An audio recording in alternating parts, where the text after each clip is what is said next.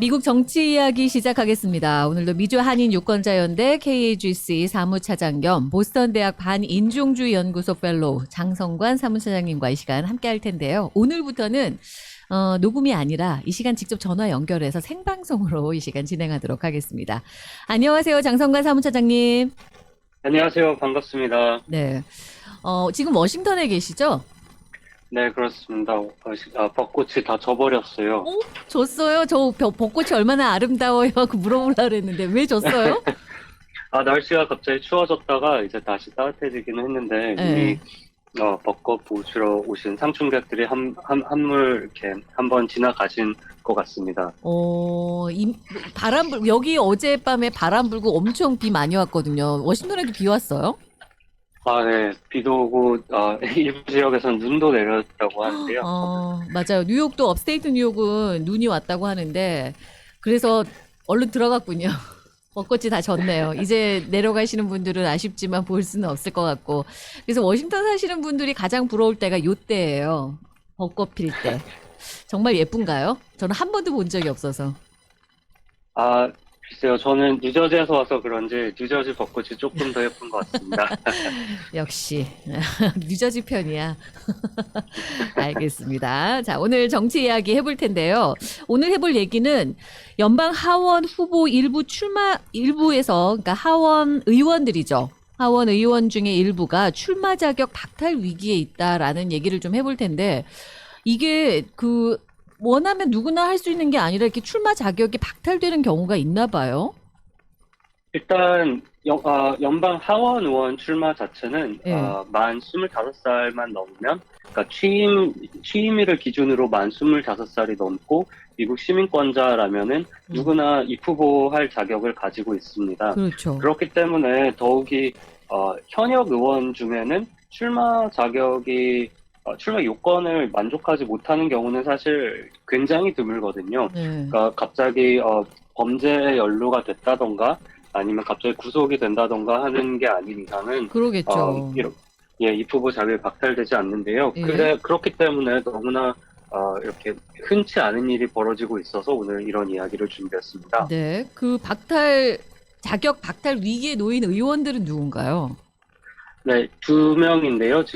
오늘은 두 명의 이야기를 드리고 싶은데요. 한 명은 메디슨 코토론이라는 노스캐롤라이나의 의원, 그리고 또 한 명은 마저리 테일러 그린이라는 조지아 북부에 있는 의원입니다. 두 분 다 공화당이고 초선 의원인데요. 네. 먼저 메디슨 코토론 의원을 먼저 말씀을 드리면 지금 회기에서 가장 최연소 의원입니다. 그러니까 그래요? 당선됐을 때도 만 25살이었고요. 와. 이렇게 또 젊기 때문에 굉장히 많은 이목을 받기도 했고, 또 사실 만 18살의 나이에 교통사고를 당해서 하체를 움직이지 못하고 휠체어로 이동하는 사람입니다. 그래서 그렇기 때문에 또 굉장히 많은 이목을 끌 수밖에 없는데요. 그렇겠네요. 그런데 사실 뿐만 아니라 굉장히 자극적이고 눈에 띄는 언행도 많이 하고 있습니다. 일례로 트럼프 대통령의 가장 열성적인 지지자 중에 한 명인데, 네. 지난 2021년 1월 6일 연방의사당 난입사태가 벌어진 날에도 네. 당시에 트럼프 대통령 지지 행사가 있었잖아요. 그렇죠. 거기서도 발언을 하고 또 그 자리에서 연방의사당까지 일부 참석자들과 같이 이동을 하기도 했습니다. 그랬군요. 굉장히 적극적으로 그때 참여를 했네요. 예, 바로 그렇기 때문에 그 행사에서 발언한 다른 정치인들뿐만 아니라 다른 인물들과 함께 이 난입과 난동을 부추겼다는 의혹을 받고 있는데요. 네. 이번에 재선을 위해서 이 후보를 한 뒤에는 지역 주민들의 일부가 이 사람은 다시 나오면 안 된다고 는 그런 의미로 피선거권 박탈을 요청하는 소송을 제기했습니다. 이게 그러니까 이 피선거권 박탈 소송을 제기하면 출마 자격 박탈이 되는 거군요. 이게 그러니까 연방 하원 지도부에서 내리는 결정이 아니군요. 예, 그거는 아니고요.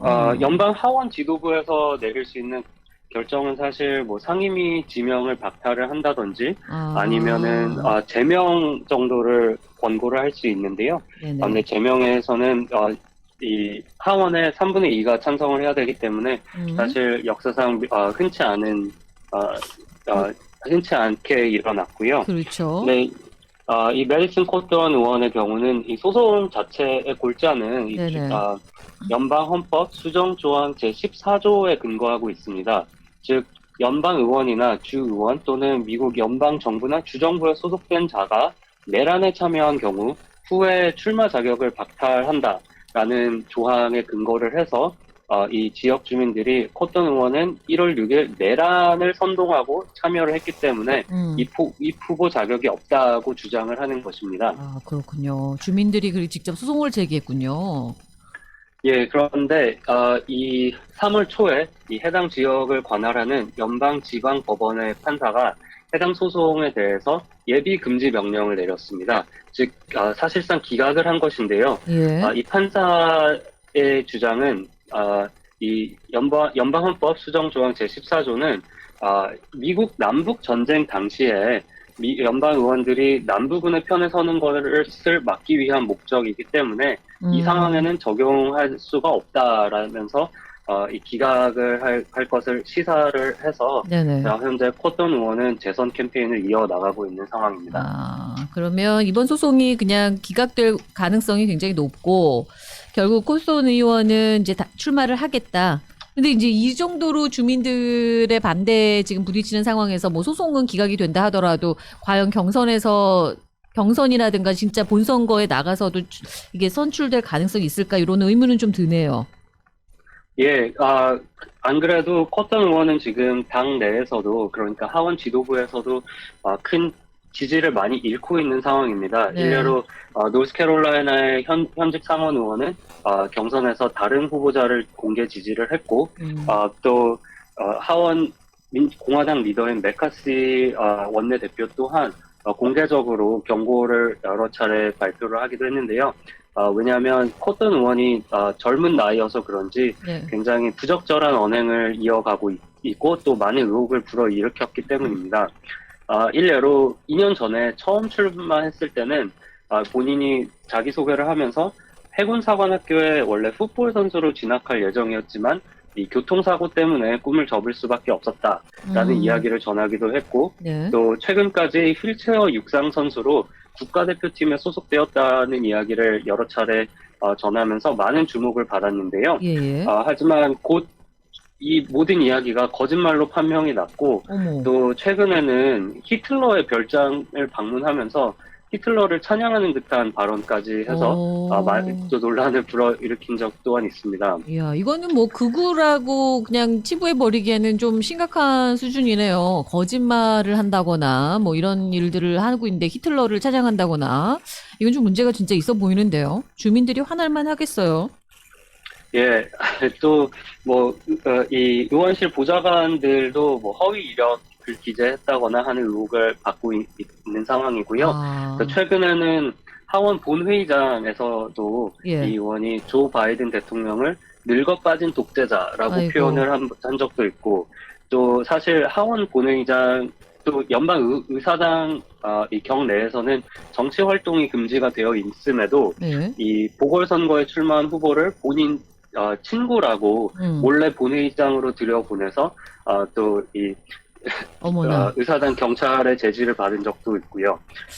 또 최근에 유명해진 사태인데 한 라디오 방송에 출연해서 우크라이나의 젤렌스키 대통령을 깡패라고 묘사하면서 푸틴의 편을 드는 듯한 주장을 펼치기도 했고 또 같은 방송에서는 많은 연방 의원들이 굉장히 문란하고 마약 사용을 일삼으며 본인도 이런 문란한 파티에 초대를 했다라는 이야기를 전했습니다. 그러고 나서 사실이에요? 그러고 나서 공화민주당 많은 의원들이 이렇게 근거 없는 이야기를 전하고 또 다른 의원들을 모욕하고 명예를 실추시키는 행동은 문제가 있다라면서 반발이 있었고 그래서 공화당 원내대표가 이 메디슨 커튼 의원을 직접 불러서 이거 사실이냐 누가 이랬냐라고 문책을 했다고 합니다. 그래서 커튼 의원이 당연히 아무 대답을 할 수 없어서 공개적으로 훈계를 또 주는 그런 굉장히 이례적인 상황이 벌어지기도 했습니다. 그렇군요. 이 남성 의원인 거죠? 예, 26살의 남성 의원이고 굉장히 건강한 의원인데, 근데 이제 또 일부에서는 연방 의원들은 많이 고령층이고 또 체력이 약하기 때문에 이렇게 물러날 수도 없고 마약 사용 같은 거는 꿈도 하고 싶어도 못한다라는 비아냥 조가 또 나오기도 했습니다. 어쩜 좋아요. 그러니까 뭔가 밝혀지지 않은, 그러니까 뭐 사실이 아닌 그냥 그런 내용들을 갖다가 이제 마구 얘기를 한다거나 허언증이 있다고 얘기를 해야 되나. 본인의 어쨌든 그 경력의 이력에 대해서도 지금 거짓말을 한 게 밝혀진 거고. 이런 것부터 시작해서 너무 극단적인 발언이라든가 그런 것들을 하니까 주민들 사이에서 이런 소송이 벌어지는 상황이군요. 근데 출마를 하겠다는 거네요. 준비를 하고 있다는 얘기는. 출마를 이미 선언을 했고 또 계속 펀드레이징을 이어나가고 있습니다. 그렇구나. 아무래도 이렇게 자극적인 언행으로 인기를 몰아서 그 바람을 타고 이렇게 당선이 될 수 있었기 때문에 네네. 아마 이런 전략은 계속 이어나갈 것으로 보이고요. 다만 이게 재선으로 이어질지는 아직까지는 미지수로 보입니다. 지켜봐야 될 것 같고. 두 번째 의원은 우리가 너무나 잘 아는 분이죠. 마쇼리 테일러 그린 의원이 드디어라고 하면 안 되는군요. 결국은 그 출마 자격 박탈 위기에 처했군요. 예, 그래서 마조리 테일러 그린 의원은 말씀하셨듯이 뉴스에 워낙에 많이 등장을 하는데 예. 이 친트럼프 성향의 강경 우파 초선 의원으로 백신 무용론도 주장을 하고 그랬죠. 또 하원 본회의장 내에서 마스크 착용 거부로 아마 지금 현직 의원 중에 벌금을 가장 많이 부여받은 의원입니다. 네. 뿐만 아니라 불법으로 총기 반입 또한 본회의장에 해서 많은 논란을 불어일으켰는데요. 사실 이분의 출마 자격 박탈 위기는 메디슨 코ton 의원이 처한 소송과 같은 소송을 받고 있습니다. 이분도 이제 주민들이 소송을 한 거군요. 예, 맞습니다. 그러니까 이 그린 의원의 지역구뿐만 아니라 조지아주 여러 곳에 살고 있는 주민이 모여서 같은 이유로 연방 헌법 수정조항 14조에 근거해서 마조리 테일러 그린 의원은 내란을 선동했고 또 주도했다. 네. 이렇기 때문에 이 후보 또는 출마 자격을 박탈해야 된다라고 소송을 제기했는데요. 네. 근데 코ton 의원의 사례와는 조금 다르게 연방 법원, 북부 조지아 지방 법원에서는 네. 이 소송을 받아들일 것을 시사했습니다. 그래요? 왜냐하면 이 소송이 제기되고 나서 그린 의원 측에서는 바로 네. 가처분 신청을 냈는데요. 네. 근데 이 법원에서는 가처분 신청을 기각했습니다. 그러니까 그린 의원 측에서 가처분 신청에 필요한 근거 자료를 충분히 제공하지 못했기 때문에 네. 예정대로 공판을 진행을 해서 이 피선거권 박탈, 그러니까 출마 자격 박탈 소송을 본격적으로 이어나가겠다라고 했고요. 이에 따라 이번 주 금요일인 4월 22일 공판이 열릴 예정이라고 합니다. 그러면 그날 결정 나는 거예요? 이날부터 시작이 되는데요. 이날부터 네. 양측의 주장을 듣고 또 이 판결이 나올 때까지는 몇 주가 걸릴 것 같습니다. 그렇게 됩니다. 네, 아무래도 이 조지아주 예비 선거가 얼마 남지 않았기 때문에 그렇죠. 여기도 그 6월인가요? 여기는 6월은 아닌데요. 예. 아마 5월 중순으로 알고 5월 있습니다. 중순. 그래서 이 진짜 예비 얼마 안 선거가 남았네요. 그러니까요. 예비 선거 일어나기 전까지 판결이 나올지도 미지수고 또 만약에 예비 선거에서 그린 의원이 본선을 진출을 했는데 네. 판결에 따라서 출마 자격이 박탈이 되면 또 다시 재보궐선거 또는 특별선거가 이루어져야 될 것으로 보입니다. 그렇군요. 그러니까 예비선거가 지나고 판결이 난다 하더라도 다시 한번 만약에 거기서 그 피선거권이 박탈이 되면 다시 그 예비선거를 뭐 다시 치른다거나 이렇게 된다는 거죠. 예, 그렇습니다. 근데 뭐 이 정도 재판에까지 회부가 된 상황에서 주민들이 과연 그린 의원을 선택을 할까 이런 의문도 좀 들고 조지아주가 이제 더 이상 공화당 주가 아니라는 생각도 아주 강하게 들고요. 그렇습니다. 그렇군요. 두 명의 의원이 모두 다 주민들로부터 소송을 당했군요. 출마. 이게 지금 그 연방법으로 이게 가능한 건가요? 어떤가요? 피선거권을 박탈할 수 있는 소송을 할 수 있는 게? 네. 일단 이 사례에 대해서는 네. 이 두 명의 후보가 연방의회에, 그러니까 연방 선출직에 출마를 했기 때문에 연방법에 근거해서 소송을 그게 제기를 한 것으로 가능하군요. 보이고요. 그리고 또 이 두 소송의 근거를 네. 또 연방 헌법에 들고 있기 때문에 이렇기 때문에 연방 법원에서 다룰 수밖에 없게 된 것 같습니다. 이런 점은 참 미국이 좋은 것 같아요. 이게 만약에 지켜보다가 주민들이 저 의원은 영 안 되겠어라고 생각하면 주민들이 얼마든지 소송을 제기해서 피선거권을 박탈할 수 있는 이런 권리가 주민들이 뽑았으니 우리들이 거두겠다 이런 얘기잖아요. 이런 것들이 한국에도 생겼으면 어떨까라는 생각을 잠깐 해봤습니다. 또한 의원이 있죠. 예, 이 다음 분은, 다음 소개드릴 사례는 모간 올타거스라고 하는 분인데요. 이분은 네. 사실 현재 의원은 아니고, 음. 트럼프 행정부 당시에 국무부 대변인을 맡은 분 중에 한 명입니다. 네. 이분은 테네시의 5지역구라는 곳에 연방 하원 공화당으로 예비 선거에 출마를 했는데요. 예. 이분은 또, 예전에 군인으로 또 복무를 하신 적도 있고, 트럼프 행정부 때 국무부에서 대변인을, 그러니까 굉장히 높고 중요한 직책을 맡았죠. 그러네요. 이런 것 때문에 또 이 트럼프 지지층에서는 굉장히 많은 지지를 받기도 했고, 네. 그 때문에 트럼프가 최근에 공개 지지를 하면서 힘을 실어주기도 했습니다. 예.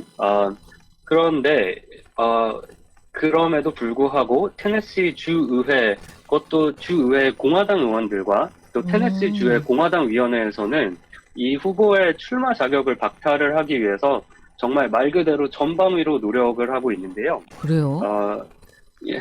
일례로 예, 이 이유가? 올타거스 후보가 출마 선언을 1월 말에 했는데 네. 출마 선언을 한 지 불과 일주일 뒤에 테네시 주의회에서는 갑자기 새로운 법을 발의해서 예. 앞으로 연방의회 입후보 요건에 선거일로부터 최소 3년간 테네시주에 거주한 자만 출마할 수 있다라는 조항을 추가하는 선거법 개정안을 발의를 했습니다. 그리고 이 개정안이 굉장히 빠르게 불과 2개월 동안 지금 또 주지사의 서명을 기다릴 만큼 빠르게 의회를 통과를 했는데요. 이 오타구스 의원이 3년이 안 됐나 보죠? 네, 이 올타거스 후보는 작년에 테네시주로 DC에서 이사를 왔다고 합니다. 그러니까 이것은 누가 봐도 그러네요. 이 후보를 겨냥했네요. 소위 저격하기 위해 발의되고 또 통과된 법안인데 그런데 또 일각에서는 이 주지사가 서명을 한 시점이 예. 이미 이 후보 신청 마감일 이후기 때문에 이 법안을 소급 적용할 수 없다라는 주장을 또 제기를 하고 있어서 좀 아직까지는 논란의 여지가 굉장히 큰데요. 그렇기 때문에 테네시 주의회는 공화당 의원들뿐만 아니라 테네시 주의 공화당 위원회에서 네. 또 다른 방법으로 이분의 출마 자격을 박탈하려고 하는데요.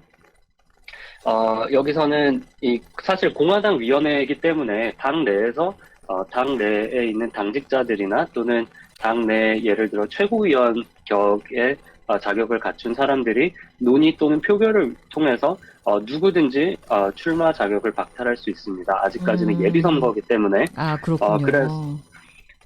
그래서 이 공화당 위원회 산하 운영위원회, 그런 한국으로 치면 최고위원회라고 볼 수 있겠는데요. 예. 여기서는 올해부터 공화당 예비선거에 출마한 자는 지난 4번의 공화당 예비선거 중에 최소 3번의 선거에서 공화당 당원으로 투표한 자에 한한다라는 새로운 규칙을 투표에 지금 상정한 상태입니다. 그래서 이 규칙이 앞으로 표결이 된다면 올타거스 후보는 작년에 테네시로 이사를 왔기 때문에 당연히 이 자격을 충족하지 못하기 때문에 출마를 하더라도 공화당 예비선거에는 출마를 할 수 없을 것으로 보입니다. 뭐 무소속이나 민주당으로 나오면 가능하겠지만 민주당이 받아줄 리는 없을 것 같고, 이 오타구스 후보를 이렇게까지 반대하는 이유는 그냥 트럼프 공개 지지자다 뭐 이거예요? 네, 그렇게밖에 보이지가 않습니다. 그러니까 사실 올타거스 후보도 그렇고 마조리 테일러 그린, 메리슨 코턴 의원 3명 다 굉장히 트럼프를 오랫동안 지지했고 트럼프와도 가깝고 또 트럼프도 이 셋을 모두 공개 지지를 한 바가 있는데 그런데 이렇게까지 반발이 있다는 것은 또 이게 민주당 측 쪽에서 나오는 반발이 아니라 공화당 내부에서도 반발이 나오고 있다는 건데요. 그러게요.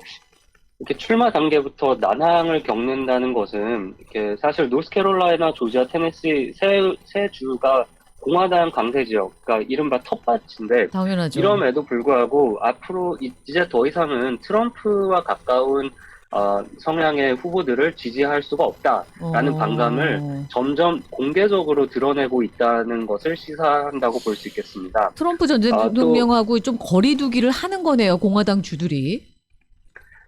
이제 그것도 이제 주와 또 지방 정부 단계에서부터 그러니까 예. 풀뿌리 단계에서 부터 시작이 이렇게 되고 있는 거네요. 거리두기가 시작이 된다고 볼 수 있겠고요. 또 한 가지 시사하는 바는 이번 11월에 있을 중간 선거에서 네. 연방 하원은 공화당이 무난하게 탈환할 것으로 굉장히 많은 사람들이 동의를 하고 있고 그게 연방 지배적인 하원을요? 전망인데 예. 그렇습니다. 왜냐하면 지금 연방 하원에서 민주당과 공화당의 의석 차이가 5석밖에 되지 않기 때문에 진짜요? 공화당이 다수당이 되려면 6석만 가져오면 되는데요. 네. 그런데 이 중간 선거에서 그러니까 신임 대통령의 1기 정권 내에 있는 중간 선거에서는 보통 야당 그러니까 대통령이 소속되지 않은 당이 평균 24석을 탈환하는 것이 역사적인 평균 수치입니다. 그렇기 때문에 요번의 기회인데 이런 트럼프 극렬 지지자들 의원들을 내세우면 혹시나 연방 하원에서 공화당이 다수석을 하지 못할까 우려하는 것들도 있군요. 네, 그런 것도 한편에서 있는 것 같고요. 또 다른 편에서는 어차피 우리가 다수당이 될 것인데 네. 다수당이 될 때는 조금 더 중도 성향의 그러니까 트럼프 등장 전에 우세했던 그때의 공화당으로 돌아가자라는 그런 희망도 조금 섞인 게 아닌가라고 읽을 수 있겠습니다. 그러니까 요번 11월 중간 선거가 지나고 나서 공화당의 주류가 어느 계파에 쏠릴 것인지 그러니까 친트럼프 성향의 신규 우파들이 주류를 이끌 것인지 아니면은 트럼프 이전에 조지 부시나 로널드 레이건 같은 중도 지금에서야 상대적으로 중도 성향이지만 어떻게 보면 조금 더 기성 성향의 공화당으로 돌아갈 것인지 그 또한 관전 포인트로 볼 수 있겠습니다. 알겠습니다. 와, 그냥 의원들 선거권 박탈되나 이런 얘기인 줄 알았더니 공화당의 트럼프 대통령의 위기가 오지 않나 이런 생각도 좀 듭니다. 오늘 미국 정치 이야기는 여기서 마치겠습니다. 오늘 말씀 감사합니다. 예, 감사합니다. 네, 지금까지 미주 한인 유권자연대 KAGC 사무차장 겸 보스턴 대학 반인종주의 연구소 펠로우 장성관 사무차장이었습니다.